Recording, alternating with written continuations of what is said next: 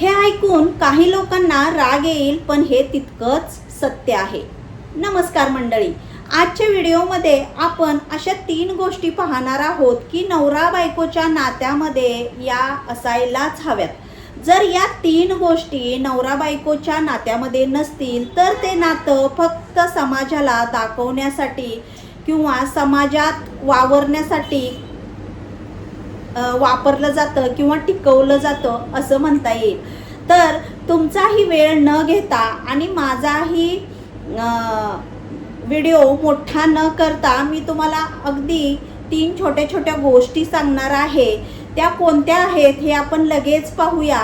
मंडळी, तुम्ही जो माझ्या व्हिडिओला प्रतिसाद देताय त्याबद्दल खूप खूप खूप धन्यवाद. आणि व्हिडिओ आवडला असेल, तुम्हाला माझे जर विचार पटत असतील तर प्लीज ज्यांचं अगदी नातं तुटण्याच्या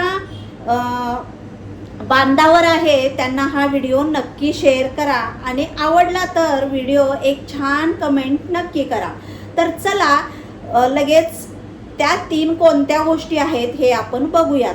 तर बघा, पहिली आणि सगळ्यात महत्त्वाची, खूप महत्त्वाची गोष्ट आहे ती म्हणजे विश्वास. तुमच्या दोघांचाही एकमेकांवर विश्वास असणं खूप महत्त्वाचं आहे.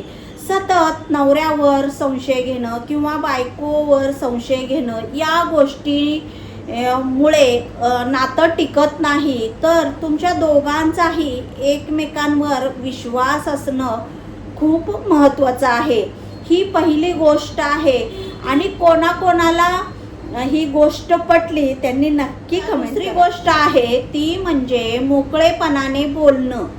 काय होतं, बऱ्याचदा आपण प्रत्येकाचा स्वभाव वेगळा वेगळा असतो आणि त्या स्वभावाला औषध नाही. आणि त्या स्वभावामुळे काय होतं, बऱ्याचदा तिथे पुरुष असू दे किंवा महिला असू दे मोकळेपणाने बोलत नाहीत. सतत त्यांच्या डोक्यामध्ये, त्यांच्या मनामध्ये सतत विचार चालू असतात, पण ते लोक मोकळेपणाने बोलत नाहीत. तुम्हाला जे काही बोलायचं आहे नवऱ्याला किंवा बायकोला जर बोलायचं असेल तर तुम्ही दोघांनीही वेळ न घालवता मोकळेपणाने बोला.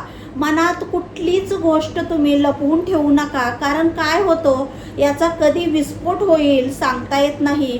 मनात जे काही साठवून ठेवलेलं आहे ते कधी ना कधी बाहेर पडतंच आणि ते बाहेर पडल्यावरती नातं संपायला वेळ लागत नाही. म्हणून जोपर्यंत आपल्याकडे वेळ आहे तोपर्यंत लगेच तुम्ही दोघांनीही एकमेकांशी मोकळेपणाने, तर ह्या तुमच्या नात्यामध्ये ही गोष्ट असायलाच पाहिजे.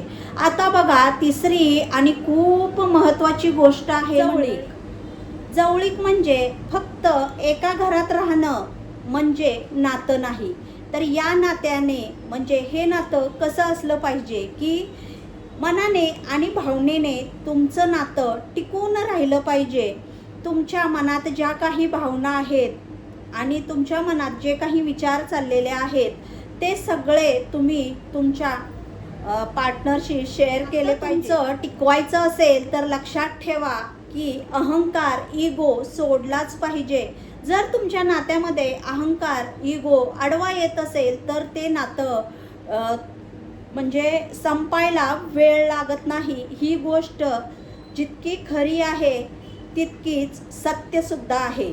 तर मंडळी, तुम्हाला मी जो काही आजच्या व्हिडिओमध्ये नवरा बायकोच्या नात्यामध्ये या 3 गोष्टी असायलाच पाहिजेत, या 3 गोष्टी सांगितल्या, त्या कशा वाटल्या नक्की कमेंट करून सांगा. आणि जर तुम्ही माझ्या चॅनलवरती नवीन असाल तर प्लीज चॅनलला लाईक, शेअर, सबस्क्राईब करा आणि हा व्हिडिओ जितका होईल तितका शेअर करा.